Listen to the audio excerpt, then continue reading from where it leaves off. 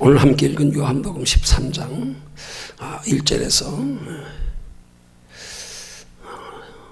본문은 7절까지로 요한복음 1장 13장 1절에서 11절까지인데 8절까지만 읽었습니다. 함께 읽은 말씀의 내용은 십자가의 죽으심을 목전에 둔 예수께서 십자가에 못 박혀 돌아가시기 전날 저녁에 겟세마네 동산에서 밤새워 기도하시기 직전에 마지막으로 제자들의 발을 씻기시는 모습이 기록된 내용입니다. 그 예수님의 발 씻기심을 오늘 본문이 시작되는 1절에서 이렇게 표현합니다.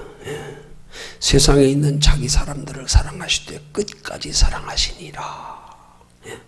예수님의 제자들에게 발 씻기심이 제자들을 끝까지 사랑하신 사랑의 표현이었음을 오늘 본문 요한복음 13장 1절에서 말씀하고 있는 겁니다. 오늘 이 말씀 통해서 살펴볼 영적인 교훈의 내용은 하나님이 설교 준비를 2번을 하게 하셨어요. 그래서 2번 준비하게 하신 걸 접목해서 하나로 만들어서 그래서 오늘 설교해야 될 것 같아요. 오늘 이 말씀 통해서 주신 하나님의 영적 교훈의 내용은 예수님의 우리를 향하신 십자가 고난과 죽으심을 통하여 나타내 보이신 사랑, 그 전에 발 씻기심을 통하여 나타내 보이신 사랑, 그 사랑들이 구체적으로 어떤 이유와 목적으로의 사랑인지를 이후로 우리를 향하신 사랑의 표현인 그 구체적인 예수님의 십자가 지시고 돌아가시기까지의 구체적인 고난의 모습을 통해서 함께 살펴보며 은혜 나누려고 합니다. 오늘 이 말씀 통하여 우리가 얻어야 할 중요한 영적인 교훈의 내용은 이 말씀을 통하여 예수님의 받으신 고난이 이 고난 주간에 어떤 고난인지를 아는 것, 그것보다 더 중요한 것이 있는데 그것은 뭐냐면 그 고난이 누구를 위한 고난인지를 밝히 아는 것이 중요하다는 사실입니다. 그러면 그 고난이 누구를 위한 고난입니까? 저와 여러분들 개개인 각자 내게 대입해서 나를 위한 고난이었다. 그 다음 예수님의 받으신 고난이 어떤 고난이었는가를 아는 것보다 중요한 것, 무엇 때문에 받으신 고난인가, 나를 위해서 고난 받으신 건데 나의 무엇 때문에 받으신 고난인지 이걸 아는 게 중요합니다. 무엇 때문에 받으셨습니까? 나 죄로 말미암아 영원히 죽어 지옥 갈 수밖에 없는 나를, 내 죄의 문제를 대신하여 우리를 살리시려고 받으신, 우리 각자를 살리시려고 받으신 고난이었다는 사실을 아는 게 중요합니다. 그 세 번째로는 예수님의 받으신 고난이 어떤 고난인지를 아는 것보다 더 중요한 것, 왜 도대체 예수께서 내 죄 때문에 왜 예수님이 대신 고난을 받으셨는지 그 이유를 아는 것이 중요하단 말입니다. 왜 내 대신 고난 받으셨는가? 여러분, 우리가 죄 지었기 때문에 죄의 대가를 우리가 치른다면 어떻게 되겠어요? 그럼 우리 죄의 대가는 뭡니까? 사망이잖아요. 그 예수님이 그래서 우리의 대가를 치루어 주시면서 대신 죽어 주셨잖아요. 근데 만약에 우리가 우리 자신의 죄의 대가를 치른다 그러면 어떻게 되겠어요? 그럼 사망이에요. 그러면 끝나는 거예요. 이건 어떻게 말하면 대가를 치르는 것이라고 말할 수가 없어요. 대가를 치루었으면 그 뒤에 뭔가 있어야 되잖아요. 그지요? 대가를 치루었으면. 근데 우리가 만약에 우리 죄를 우리가 생명 내는 우리의 생명이 그냥 우리 죄로 말미암아 죽어지는 것으로 끝이라면 이 대가가 없는 거예요. 내 죄의 대가를 내가 치르면 내가 죽는 것으로 끝이란 말입니다. 영원히 끝이란 말입니다. 그렇게 되면 어떻게 되겠어요? 내게 영생의 기회가 없잖아요. 그러잖아요. 내가 하나님 나라에 예비된 영원한 상 받을 기회가 없잖아요. 그래서 예수님께서 우리 죄를 대신하여 고난받으시고 십자가에 못 박혀 돌아가 주신 거예요. 예수님이 우리 죄의 대가로 죽어주심을 통하여 우리는 죽지 않고 하나님이 예비하신 영생에 들어갈 수 있는 기회, 영원한 하나님의 나라에 예비된 영원한 상 받을 수 있는 기회를 우리에게 하나님 주시려고요.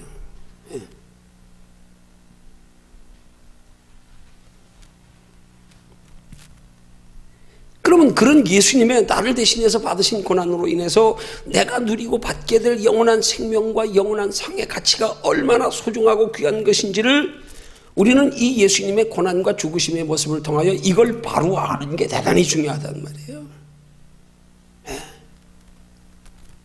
그게 얼마나 소중하고 귀한 것인지를.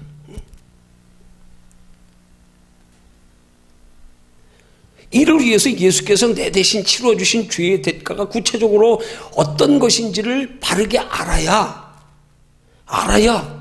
예수께서 우리에게 허락하신 영원한 생명과 영원의 상의 가치를 바르게 깨달아 알 수 있는 거예요. 그래서 바르게 신앙생활할 수가 있는 거란 말입니다. 주께서 우리에게 주시고자 하시는 그 영원한 생명과 영원한 상의 가치가 이토록 소중하고 귀하기에 예수님께서 우리를 대신하여 이렇게 큰 고난을 받으시고 죽기까지 하셨구나. 그러니까 오늘 본문의 이 고난주간에 예수님이 십자가에 못 박혀 돌아가신 그 예수님의 모습, 끝까지 사랑하셔서 고난받으시기 전에 제자들의 발을 씻겨주신 그 사랑의 표현들을 통해서 그 구체적인 예수님의 고난의 모습을 통하여 이토록 처절하게 고난을 받으신 것이 오늘 우리에게 영원한 생명과 영원한 상을 주시려고 주시는 기회라는 사실을 예수님의 그 극한 고난의 모습을 통해서 우리는 역으로 깨달아야 돼. 이렇게 귀한 거기 때문에 예수님이 자신의 생명까지 내어주셨구나. 우리 이거 바로 깨달아 알지 못하기 때문에 예수 믿으면서도 감격이 없는 거예요. 예수 믿으면서도 영원한 하나님의 나라에 소망이 없는 거예요. 이 예수님이 우리를 대신하여 고난받으시고 죽으신 이 고난과 죽으심의 가치를 우리가 바로 깨닫지 못하니까 도대체 우리에게 주시고자 하는 그 영원한 생명과 영원한 상이 얼마나 소중하고 귀하면 주님이 우리 대신 저렇게까지 고난받으셔야 될까? 그 예수님의 고난의 모습을 우리가 성경을 통해 역사를 통해서 아는 게 중요한 게 아니라 저 고난이 나를 위한 고난이라는 사실을 생각할 때 도대체 내게 주시려는 영생이, 내게 주시려는 하나님의 나라의 영원한 상이 얼마나 귀하면 저렇게까지 고난받으셨어야 할까? 이걸 처절한 예수님의 고난의 모습을 통해서 우리가 깨닫지 못하면요, 우리는 물과 성령으로 거듭난 자 되지 못합니다. 그걸 위해서 살아야 할 필요를 못 느낍니다. 못 깨닫습니다. 고난주간은 형식적으로 그냥 형식적으로 지킬 뿐이에요. 그 예수님의 고난의 소중함과 귀중함과 그 극심한 고난이 나를 위한 고난이었다는 사실, 내게 주시려는 그 소중한 영원한 생명, 영원한 복, 그 가치를 우리에게 인식시키시기 위해서 주님은 이렇게 극심한 고난까지 받아가며 우리에게 기회를 주셨는데 우리는 이 가치를 모르니까 여전히 육신이 더 소중한 거예요. 육신이 우선이에요. 육신 더 사랑하는 거예요. 왜요? 가치 몰라서 그래요. 도대체 하나님이 우리에게 기회를 주신 영원한 생명과 영원한 하나님의 나라 상의 가치, 이게 얼마나 큰 건지를 바로 알아야 된다는 말. 그게 가치관의 변화란 말입니다. 이거 모르면 형식적인 고난주간 그냥 지내는 거예요. 아무리 겉으로 경건한 척 한 끼 금식하고 뭐 소용없습니다. 가치를 알아야지요. 예수님의 그 극심한 고난의 모습을 통해서 저게 내가 받았어야 할 고난인데 저게 도대체 저 고난을 통하여 내게 주시려는 영원한 생명과 영원한 하나님의 나라의 성이 도대체 얼마나 소중하고 귀하면 저렇게까지 대가를 치르셨을까? 이걸 통해서 우리에게 주어진 기회로의 영원한 생명과 영원한 하나님의 나라의 칭찬과 상급과 면류관의 가치가 똑바로 깨달아지고 인식되지 못하면요, 가치관의 변화가 없으면요, 우린 형식적인 신앙생활 하다가 끝날 수밖에 없어요. 이 시대에 많은 그리스도인들이 그렇게 살고 있단 말입니다. 영혼보다 육체가 소중해요. 육체가 우선이에요. 육체를 더 사랑해요. 왜요? 예수님의 그 극진한 고난과 죽음을 통하여서 우리를 통하여 주시고자 하는 그 영혼의 가치, 그 영원한 상의 가치, 이게 깨달아지지 않으니까 그런 거예요. 그것 똑바로 깨달아 알게 하시라고 예수님의 고난을 그렇게 상세히 성경에 기록하고 있는 겁니다. 이게 다 너희들을 위해서 받은 고난이야. 이게 도대체 너희들에게 주려고 하는 하나님의 사랑의 그 선물이 얼마나 귀하면 내가 이렇게까지 너희를 위해서 고난받아야겠냐. 생명까지 내어줘가면서까지. 죄 없으신 하나님이. 이거 못 깨달으면 변화 없어요. 예? 형식적인 신앙생활 되는 거예요.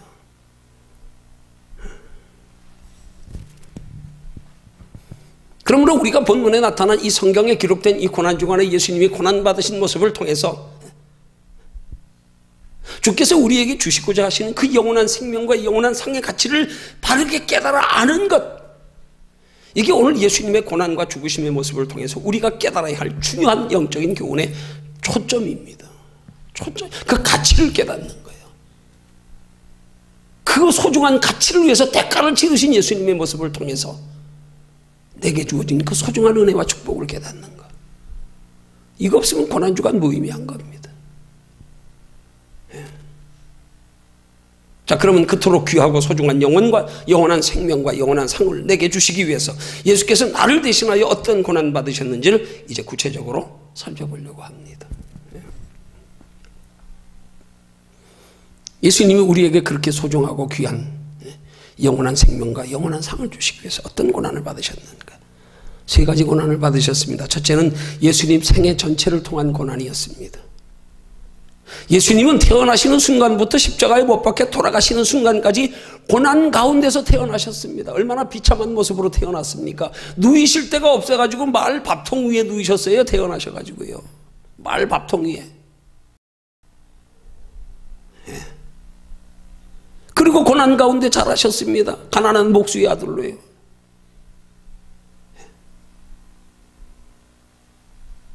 그리고 마지막 십자가에 못 박혀 돌아가시기까지 예수님은 육체로 고난받으시고 많은 사람들에게 배척받으시고요, 핍박받으시고요,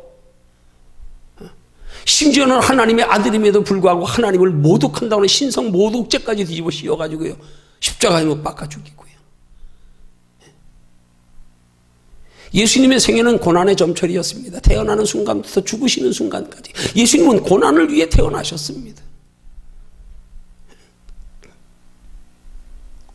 그런 예수님의 고난들은 모두가 다 공통점은 죽음과 연관된 고난이라는 사실이에요.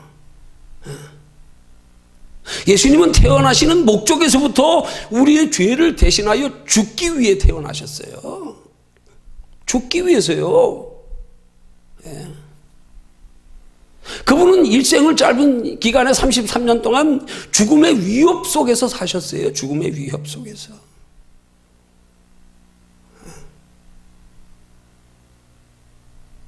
그분은 태어나서 돌아가시는 순간까지 죽음을 의식하며 사셨어요. 항상 죽음을 의식하면서. 그리고 또한 예수님은 그 죽음을 준비하며 사셨습니다. 이후 그 때가 되어 십자가에 못 박혀 죽으시기까지요. 여러분, 우리의 삶의 모습이 영원한 하나님의 나라의 비밀을 알고 사는 삶이 이와 같아야 되는 거예요. 우리가. 우린 육체로는 죽기 위해 태어난 사람들입니다. 육체가 죽어야 우리 앞에 영원한 다음 세상이 있어요. 우린 죽기 위해서 사는 사람들이에요. 죽기 위해서 사는 사람들이에요. 죽어야 우리 앞에 영원한 행복, 영원한 생명이 있단 말입니다. 그걸 준비하며 살기 위한 거예요. 그거 준비하며 살기 위한 거예요. 우리 육체로 사는 삶의 이유는요. 늘 우리는 이 속에서 너희가 하나님의 나라에 들어가려면 많은 혼란을 겪어야 할 것이냐 하는 말씀처럼 사탄 마귀는 어떻게든지 우리의 영원한 생명 얻지 못하게, 영원한 하나님의 나라에 예비된 상 받지 못하게 우리를 얼마나 방해하고 핍박하는지 모릅니다. 육체로 살아가는 동안에. 정말 우리가 예수 잘 믿으려고 그래 보면은요, 마귀가 정말 우리를 얼마나 괴롭히며 까불릴 때가 많은지 모릅니다. 차라리 어떤 때는 예수 안 믿었으면 이것보다는 행복하게 살 것 같아. 정말 그럴 때 많이 느껴요. 경험해요.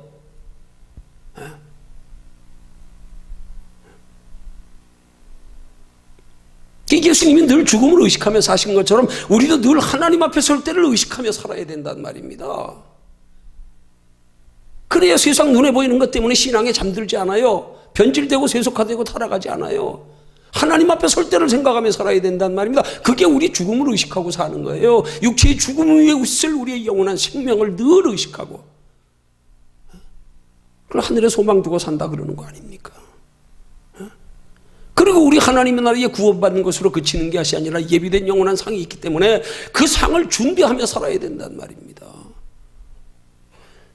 그게 예수님이 죽음을 준비하며 사신 것과 우리 영원한 생명으로 다시 살아 하나님의 나라에 영원한 상 받기 위해서 이 땅에 우리가 그 하나님의 나라를 준비하며 사는 데 따르는 모든 우리에게 따라오는 희생이요, 그게 하나님 나라 준비하며 사는 거란 말입니다.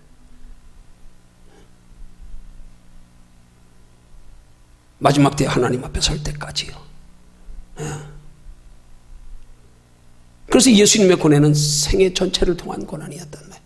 이 생애 전체를 통한 고난이 우리를 위한 고난이었단 말입니다. 우리도 하나님의 나라에 들어갈 때 예수님의 고난을 본받아 우리도 이런 고난 가운데 살아야 할 것을, 이런 고난을 피하려고 하지 말고 그런 고난 가운데 살아갈 때에 예수님이 이미 우리의 받을 고난을 다 십자가로 대신해 주셨기 때문에 그렇게 살아가는 삶에는 고난이 아니라 고난 뒤에 있을 은혜와 평강과 축복이 따라온단 말입니다. 실상은 우리가 깊이 설명드린다면 우리가 일부러 하나님의 나라를 준비하며 살아가면서 이 땅에서 고난받을 이유가 없어요.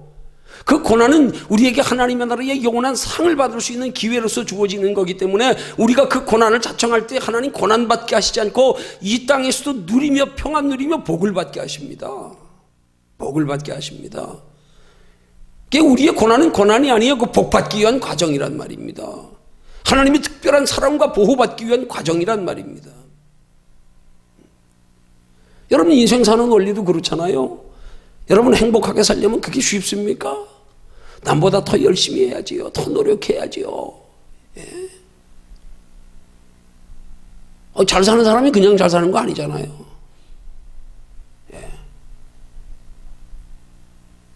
예. 우리의 고난은 고난이 아니라 축복을 위한 고난이에요. 다른 고난은 예수님이 우리 대신 지어주셨어요. 되어주셨어요. 예. 정말 예수님의 33년 생애를 보면 우리도 예수님처럼 살아야 하나님 나라에 갈 수 있다 그러면 정말 예수 믿을 사람이 몇이나 될까? 예수님 33년 생애 사시면서 누리신 게 뭐가 있나요? 성경에 보면은요. 오죽하면 예수님의 짧은 생애를 예수님 뭐라고 말씀하셨어요? 예수님 따라가기를 원하는 제자들에게 뭐라 그러셨어요? 공중 나는 새도 깃들 곳이 있고 여우도 굴이 있으되 인자는 머리 둘 곳이 없도다. 너 나 따라오려면 그런 고난을 겪어야 되는데 그래도 따라올 준비 돼 있냐? 이거 물으시는 거예요. 근데 그거 각오하고 예수님 제자들이 예수님 따랐더니 예수님이 그 제자를 굶기시던가요? 항상 때를 따라 먹이시고 입히시면서요. 오병이어의 기적을 베푸시고요. 그 뒤에도 또 한 번 4,000명을 먹이시는 또 오병이어의 기적을 또 베푸시고요. 그건 정확히 말하면 오병이어는 아니지요. 예수님 따라다니는 동안에 제자들이 굶었다는 기록이 하나도 없어요.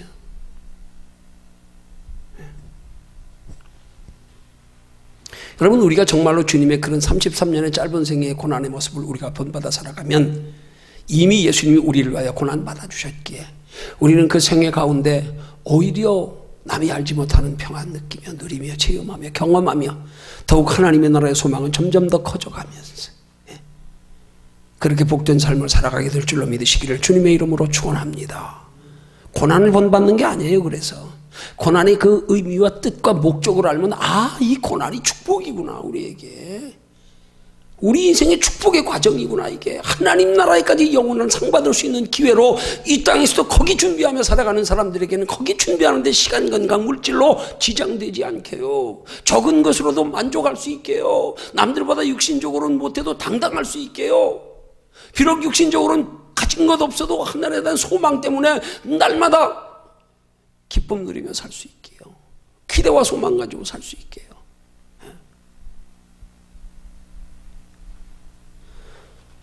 그게 예수님께서 우리를 사랑하셔서 예수님이 고난을 본받아 그렇게 살아가는 우리의 발자취가 될 때에 하나님 우리를 영육간에 축복하시려는 첫 번째 고난의 모습이었단 말입니다. 그 다음 두 번째는 예수님 어떤 고난이었습니까? 공생의 3년간의 고난이었습니다. 여러분 공생의 이전까지의 예수님의 고난이 육신적인 고난이었다면 공생의 3년간은 영육간의 고난이었습니다. 하나님의 나라의 복음을 전파하시며 겪는 고난이었습니다. 핍박받고요, 무시당하고요, 배척당하고요, 멸시당하고요. 심지어는 어떤 땐 무리들이 예수님을 돌로 치려고 할 때 예수님이 피하여 가셨다는 그런 기록도 있습니다.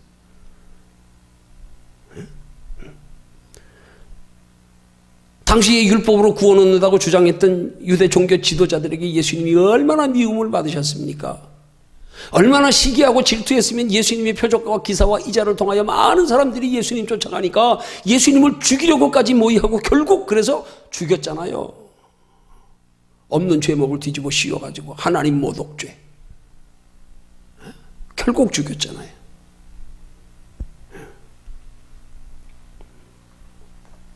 심지어는 예수님을 향하여 참남하다, 귀신의 왕이다, 하나님을 모독한다는 데 온갖 수모를 다 당하시고요.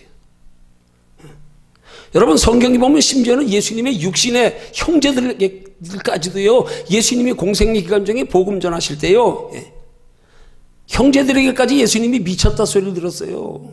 형제들에게까지도, 육신의 형제들에게까지도요. 예수님이 육신의 모친이었던 마리아가 제일 먼저 동정녀를 통하여 동정녀 마리아로 예수님이 태어나시고 제일 맞이로 태어나시고 그 다음에 요셉과 정원에서 그 요셉과 마리아 사이에 자녀들이 있었단 말입니다. 남자 형제가 4명 있었고요. 그 누이들이라고 한 것 보니까 2명 이상은 됐던 것 같아요. 적어도 예수님 동생들이 남녀 합쳐서 자매가 한 6명 이상은 됐어요.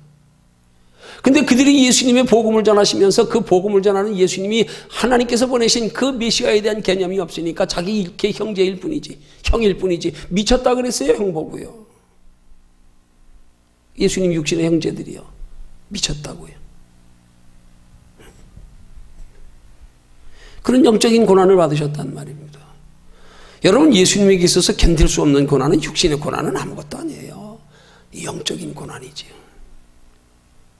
여러분, 이런 예수님의 고난의 모습을 통해서 우리 깊이 깨닫고 교훈받아야 할 것이 바로 그거예요. 우린 육신의 고난보다 영적인 고난을 더 견딜 수 없는 영적인 고난의 가치를 그만큼 인식하고 살아가는 삶의 자세, 이게 중요한 거예요. 이게 뚜렷해지면은요, 영적인 고난을 위해서 육신으로 조금 고난당하는 거 별거 아닙니다. 그거 별거 아니에요. 그거 우리가 가치 인식만 똑바로 돼보세요. 별거 아니에요. 그거 동남풍아 불어라, 서북풍아 불어라, 가시밭에 백합화 예수의 안기 날린다. 주와 함께라면 가난해도 좋아, 병들어도 좋아. 왜? 영원한 하나님의 나라 우리 앞에 있다는 소망 때문에요. 우리 신앙의 가치관만 분명히 설정되어져 보십시오. 이 땅에 육체로 살아가면서 조금 힘든 거요, 그것 때문에 울고 웃고 할 일 별로 없습니다. 물론 사람인지라 연약하여 감정에 지우서 잠깐은 그럴 수 있을지 모르지만요, 근마치 오뚜기 신앙과 같은 거예요. 그때뿐이에요. 오뚜기 발로 뻥 잡으십시오. 넘어가서 안 일어나든가요? 다시 일어나 흔들다 결국 제자리 잡히잖아요. 예? 우리 연약하면 넘어질 수 있어요. 실수할 수 있어요. 울 수 있어요. 잠깐입니다. 그거는 금방 털고 일어납니다. 금방 바로 섭니다. 육신의 아픔보다 영혼의 아픔을 더 소중히 여기고, 육신보다 영혼을 더 소중히 여기는 믿음이 육신보다 영혼을 더 관심 가지고 잘 관리하라고 애쓰는 신앙생활만 내보세요. 그럼 하나님이 함께 하십니다. 책임져 주십니다. 언젠가 높여주십니다. 이 땅에서 안 높여주시면 하나님의 나라에 영원히 높여주십니다. 아니, 정말 믿음스러운 사람은 차라리 이 땅에서 높여주시는 것보다 하나님 나라에 영원한 걸로 더 높여주세요. 그런 신앙의 정신을 가지고 살아간 사람들이 초대교회의 성도들의 모습 아닙니까?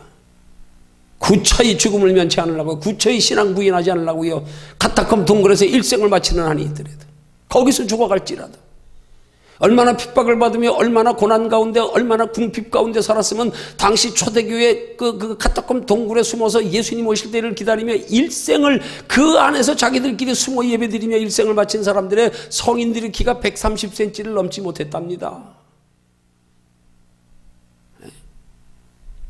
그 정도 신앙 되면요, 성경은 히브리서의 그런 믿음의 선진들을 가리켜 세상이 감당치 못하는도다 그랬어요. 여러분, 그거 대단한 거 아닙니다. 우리도요, 육체보다 영혼 소중히 여기며 사랑하고 정말로 육체보다 영혼을 위해서 사는 삶의 목적만 뚜렷이 설정되면 그가 육신으로 조금 힘든 거 별거 아닙니다. 그거 오히려 내가 영혼을 위해서 사느라고 육신으로 좀 힘든 게 나한테 오히려 더 기쁨이 돼요. 더 기대가 돼요. 더 소망이 돼요. 하나님 보시지요. 보시지요. 거기에 오히려 더 당당할 수 있는 거예요. 그 때문에 마지막 때 하나님 앞에 받게 될 영원한 상을 생각하면은요, 견딜만 해요. 별거 아니에요.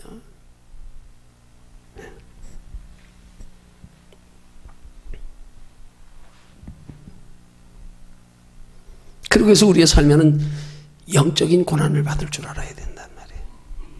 영적인 고난이 나로 하나님께로 예비된 영육간의 모든 복을 누리는 것, 영생과 함께 하나님의 나라의 칭찬과 상급과 멸류관까지. 그래서 이 땅에서 우리가 영혼을 위해서 고난받는 것을 기꺼이 기쁨으로요, 자원해서요. 이게 믿음으로 행하는 신앙생활이란 말입니다. 이게 가치관이 변화된 성도의 마땅한 신앙생활의 모습이어야 되는 거예요. 근데 우리는 여전히 예수를 믿으면서도 영원한 하나님의 나라가 있음을 알고 상이 있음을 알면서도 여전히 육신의 것만에 비중을 더 두고 더 사랑하고 그것 때문에 하나님 뜻대로 사는데 지장을 받아가면서도 아무 마음에 아픔도 없고 근심 걱정도 없고 두려움도 없고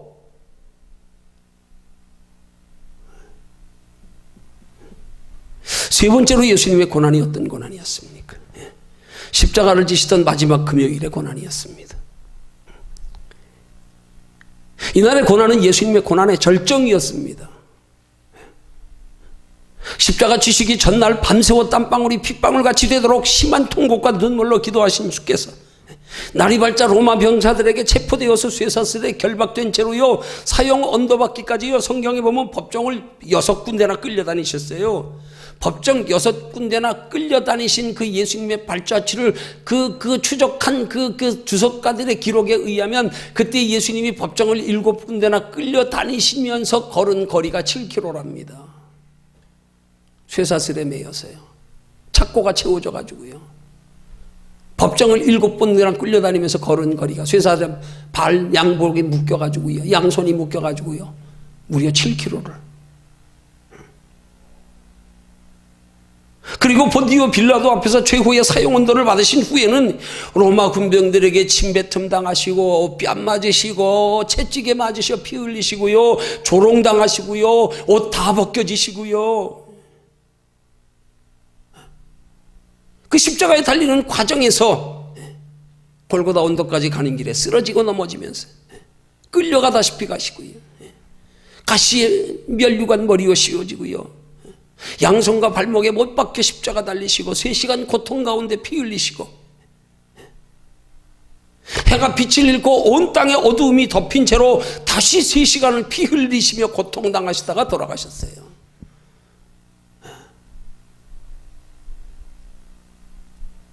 그러나 예수님에게 그런 육신의 고통보다 더한 고통이 있었는데 그게 무슨 고통이냐 하면 마음의 고통입니다. 영혼의 고통입니다. 여러분, 그분은 육체를 가지고 이 땅에 태어난 사람들 중에 유일하게 죄가 없으신 단 한 분 하나님의 아들이셨습니다. 그런데 그런 주님이 십자가에 못 박혀 돌아가실 때의 죄목이 뭔 줄 아십니까? 하나님을 모독한 죄였단 말이에요.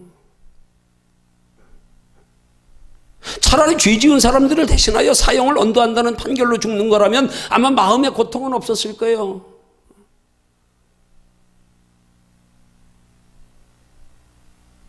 십자가에 못 박혀 돌아가시기 전날 저녁에 제자들을 발치시며 끝까지 사랑하셨던 주님, 저들을 위해 십자가 지실 것까지 아시는 주님, 내가 너들을 위해서 십자가 진다. 사형을 언도한 로마 군병들과 법정도 너는 백성들의 죄를 대신하여 사형이다 이랬더라면 예수님 마음에 고통 없었을 거예요.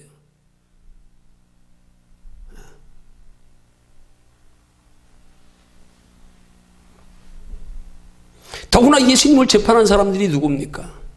하나님께 충성을 다하는 유대 종교 지도자들이었습니다. 차라리 하나님을 믿지 않는 사람들에게 재판을 받아서 사형원도 받았다면 아마 그래도 그 마음의 괴로움이 덜했을 거예요. 자기들 딴에 하나님을 가장 잘 섬긴다는 종교 지도자들이요, 그들이 예수님 죽였습니다. 근데 그거보다 더 큰 고통이 있었단 말입니다. 그 고통이 어떤 고통입니까? 하나님의 아들이신 예수께서 하나님께 버림당하는 영혼의 고통이었단 말입니다. 마지막 3시간이요. 온 땅이 그렇게 어두울 시간이 아닌데요, 오후 시간이에요. 아직 해지기 전의 시간인데요, 3시간 동안 온 땅에 어두움이 임했다고 성경은 기록합니다. 그 온 땅에 3시간 동안 어두움이 임한 시간은 하나님조차도 예수님을 우리 죄를 대신한 죄인으로 여기셨기 때문에 외면하신 시간이었단 말이에요. 너는 죄인이기 때문에. 너는 지금 내 아들의 신분이 아니야. 넌 죄인이야. 죄로 죽는 거야. 네가 죄로 대신해서. 그래서 하나님도 외면하셨어요. 그래서 온 땅에 어두움이 3시간 동안 임한 거예요. 그때 예수님이 괴로워 견디지 못하여 부르짖은 말씀이 뭡니까? 엘리 엘리 라마 사막다니, 나의 하나님 어찌하여 나를 버리셨나이까. 하나님까지도 버리시는 고통을 견딜 수 없어가지고 그때까지 묵묵히 그 십자가 가운데서 6시간 동안 참으시던 예수님이 하나님 앞에는 절규했잖아요. 왜? 하나님께 버림받는 영혼의 고통 때문에.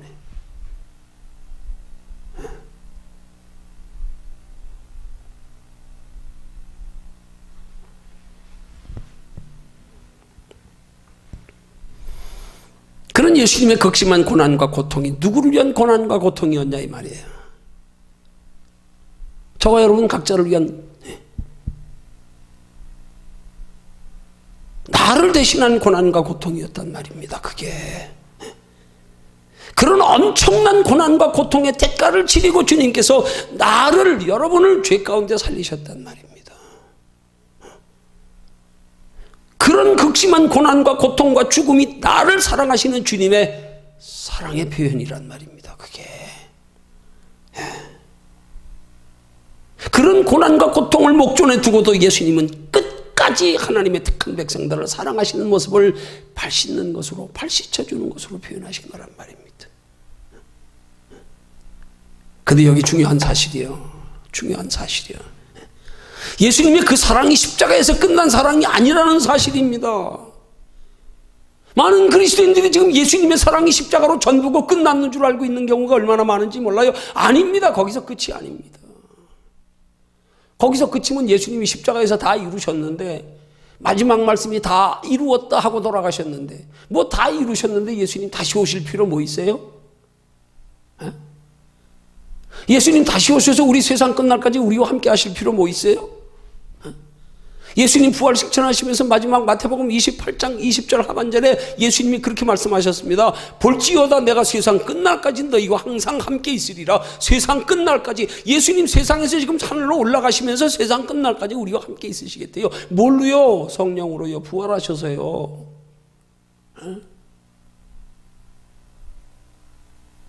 다메섹 도상에서 빛이신 예수, 부활하신 성령으로 오신 예수, 그 예수를 다윗이 만났잖아요. 그 빛 가운데 거꾸러져서 주여 뉘시오니까 물었을 때 예수님이 하신 말씀이 뭐예요? 나는 네가 빛박아는 예수라. 예수라. 누가 예수요? 부활하셔서 우리 가운데 오시는 성령님, 그분이 예수란 말입니다. 예수님 십자가에서 사랑이 끝난 거 아니라니까요. 끝난 거 아니라니까요. 그래서 그 뒤에 우리를 향하신 사랑의 표현은 내가 다시 와서 너희들 속에 함께하며 세상 끝날까지 너희와 함께 있으리라는 거 아닙니까? 그 세상 끝날까지 우리와 함께 하시는 분은 진리를 알지니 진리가 너희를 자유케 하리라 말씀하시고, 진리의 성령이 오시면 그가 너희를 진리 가운데로 인도하시리라 말씀하고요. 그 진리의 성령을 가리켜 다른 보혜사라 말씀하면서 너희의 구원을 돕기 위해서 또한 다른 구원을 얻을 도울 자를 보낸다. 보혜사라는 파라클레투스라는 단어가 우리의 구원을 돕는 분이라는 뜻이에요.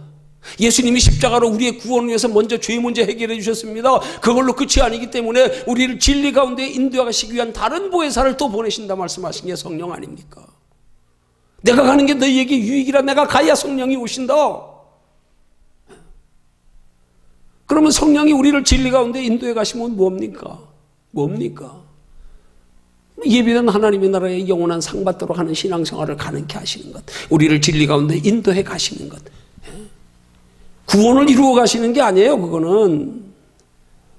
구원은 예수 그리스도 십자가로요. 성령이 우리 안에 거셔서 하나님의 형상을 회복하는 것으로 구원은 이루어졌어요. 우리는 그 구원은 이 땅에서부터 심령의 천국을 맛보고 누리며 살아야 되는 거예요. 여기 하나님 계십니다. 이제 육체는 그냥 잠깐 나중에 갈 때 육체만 벗고요, 우린 장소만 옮기는 것뿐이에요. 이사 가는 겁니다. 천국은 여기서부터 이미 하나님이 우리 속에, 너희 몸이 하나님의 거룩한 성전이라 이미 여기서부터 이루어져 있단 말입니다. 우리를 진리 가운데로 인도해 가시면 하나님의 나라의 영원한 상 받는 신앙생활을 가능하도록 우리 붙들고 성령님이 우리를 끌고 가신다 이 말입니다. 상 받게 하기 위한 신앙생활이에요. 우리를 향하신 예수님의 사랑은 십자가 사랑으로 끝이 아니란 말입니다. 우리 안에 부활하셔서 성령으로 오셔서 우리를 진리 가운데 이끌어 가심으로 하나님의 자녀답게 사는 삶에 하나님의 나라까지 영원한 상이 있게 하시는, 그래서 하나님의 나라의 구원과 함께 영원한 상까지 받게 하시는 하나님의 사랑, 거기까지란 말입니다. 거기까지. 그러기 위해서 예수님이 육체로 오셔서 우리 죄를 대신하여 그렇게 극심한 고통을 당하시고 우리 대신 죽음 당하신 거란 말입니다.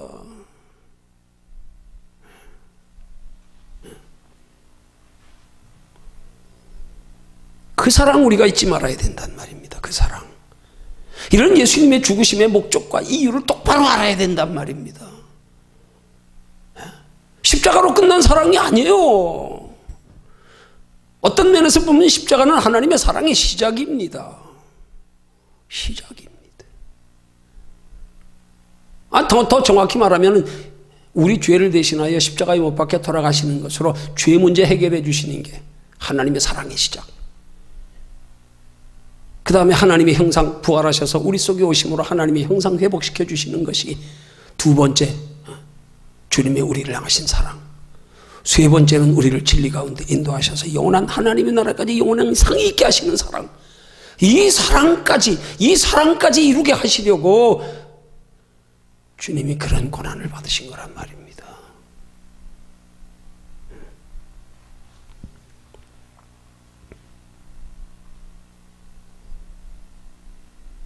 오늘 이 말씀 통해서 우리가 얻어야 할 영적인 교훈의 내용이 뭡니까? 이 사랑이 우리에게 임해야 되는 거예요.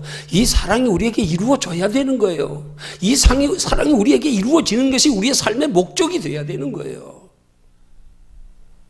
이 사랑을 이루어 주시려고 예수님이 육체로 오셔서 이 땅에 그렇게 고난받으신 삶을 사시고 극심한 고통 중에 십자가에 못 박혀 돌아가셨다는 사실, 이거 잊지 말아야 됩니다. 이 사랑에서 내게서 성취되지 못하면 하나님의 사랑은 온전히 내게 임한 것이 못 됩니다. 하나님도 그러면 마음 아파하십니다. 너희 하나님 나라에 예비된 영원한 상까지 받아야 돼. 그것까지가 사랑이야. 거기까지가. 어떻게 이 땅에서 결국 십자가에 못 박혀 돌아가시면 죄 문제 해결되고, 우리 구원받았다, 됐다, 이제 적당히 살다 가면 되지 뭐, 여기서 좀 편하게 즐기고 뭐 어차피 죽으면 구원받았는데 뭐. 하나님 나라에 대한 상의 개념이 없으니까 더 이상 예수 믿으면서 목적도 없고 소망도 없고 믿었으니까 끝. 여기서 누리다 가자 그냥. 정말로 더 크고 영원한 것에 대한 원래 소망이 있다 그러면 여기 멈출 수 없지요. 멈출 수 없지요. 어떻게 멈춥니까? 어떻게 구약시대 믿음의 선진들은 아는데 우리는 왜 모르냐고요. 우리는요. 왜? 아브라함도 그 하나님의 나라의 영원한 장래 기업을 바라봤기 때문에 하나님이 종이 318명이나 되는 복을 주셨는데도 그냥 거기에 머물러 안주하지 않고 만족하지 않고요. 장막 생활했다 그랬잖아요. 모세도 그 하나님 나라에 예비된 영원한 상을 알았기 때문에 장차 왕이 될 부귀영화를 다 포기하고 버리고 자기 백성들과 함께 고난받기를 즐겨했다고요. 이는 상주심을 바라봄이라. 구약시대 믿음의 선진들도 예수님 오시기 전부터 그 하나님의 나라를 알아서 그렇게 멀리서 보고 환영하면서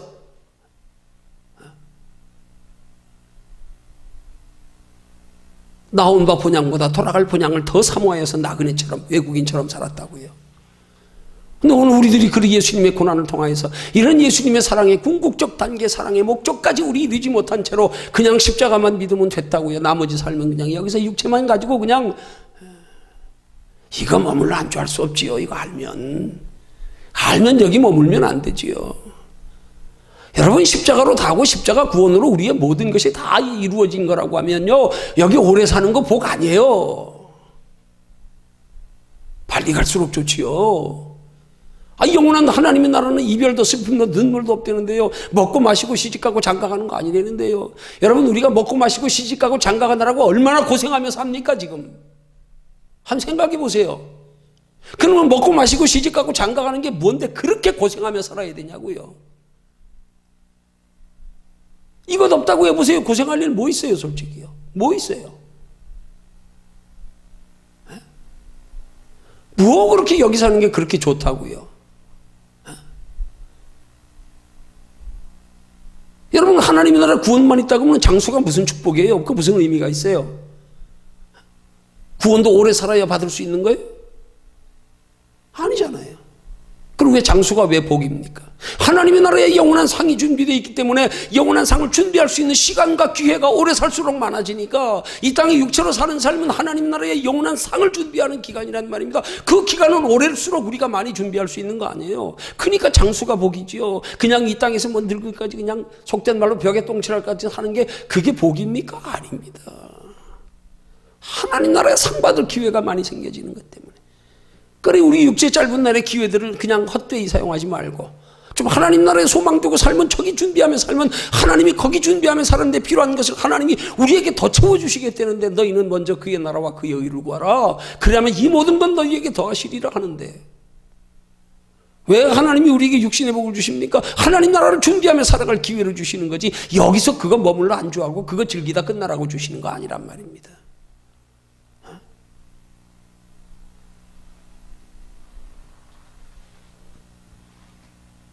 오늘 이런 말씀을 통해서 우리가 깊이 깨달아야 될 결론적 교훈이 뭡니까? 이 고난 중간에 이런 주님의 고난의 모습과 고난의 의미와 목적을 우리가 바로 깨달아 알아서 그 고난을 통하여 주님께서 우리에게 나타내 보이시는 우리에게 주시고자 하는 그 크신 사랑이 뭔지를 똑바로 알아서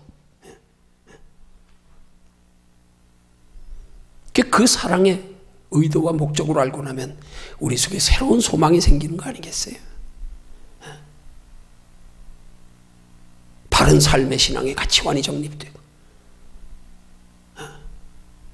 우리의 소망이 새로워지고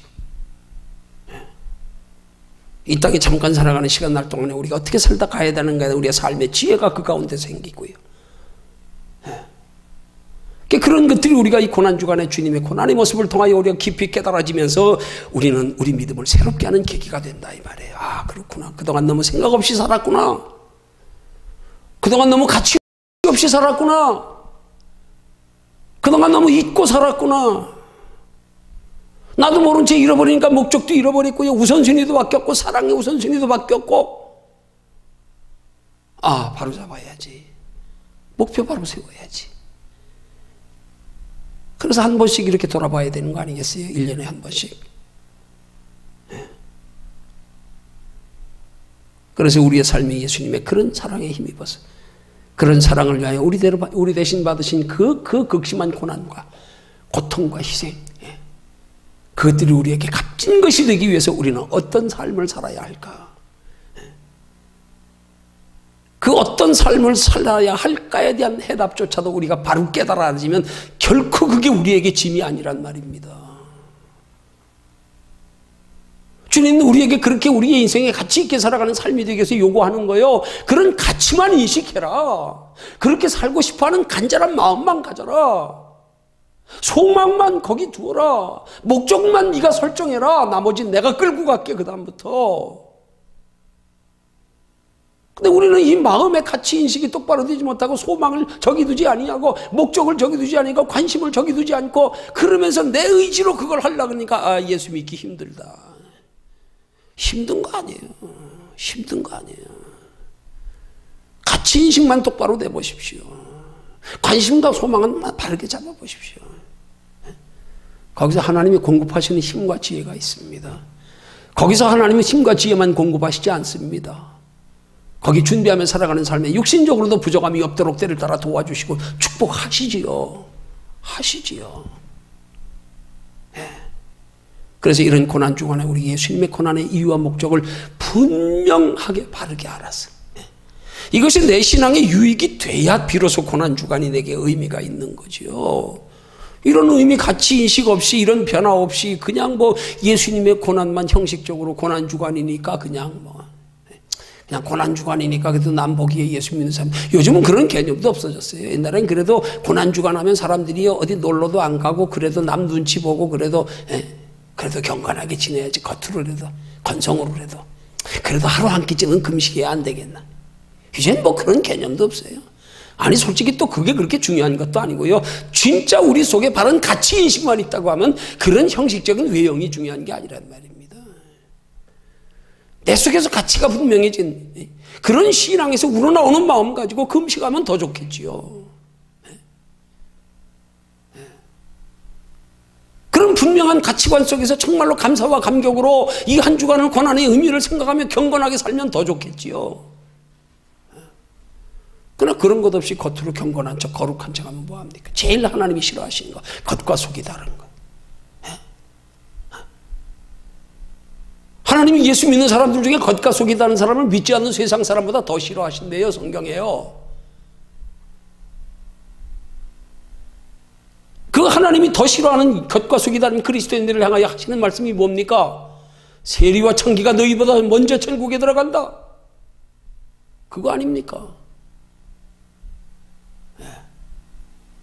하나님은 오늘도 우리 속심정의 중심을 보시는데 정말 내 인생이 어디서 와서 어디로 가는지를 바로 알고 어떻게 살아야 가치 있게 사는 것인지를 바로 알고 정말로 내 생명의 본질이 무엇인지를 바로 알고 이 생명이 바로 영혼이고 영혼이 바로 하나님의 형상이고 이 하나님의 형상이 바로 내 생명의 영원한 존재, 영원히 사는 생명이라는 사실을 알고 이 생명 주시려고 이 생명의 영원한 상까지 주시려고 예수님이 우리를 위하여 그토록 극심한 고난과 고통과 십자가 희생까지 마다하지 않으셨다는 사실. 이게 우리의 삶의 목적과 바로 매칭이 되고 대입이 잘 돼야 되는 거예요. 이거 되지 않으면 예수님의 고난주간 맞이하는 거 아무 의미가 없는 거예요. 형식이 불과한 거예요. 바로 깨달아 알고 우리 마음 열어서 하나님 앞에 정말 고난주간을 고난주간답게 우리의 마음속에 영혼의 가치 인식을 새롭게 하는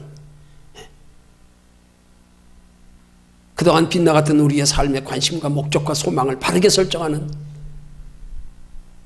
귀한 계기로 삼아서 주님의 고난을 통하여 우리에게 주시고자 하는 그 영적인 교훈의 가치가 우리에게서 조금 더 변질되거나 상실되지 아니하도록 그렇게 가치인식을 새롭게 하는 기회로 삼는 저와 여러분들 되기를 주님의 이름으로 축원합니다.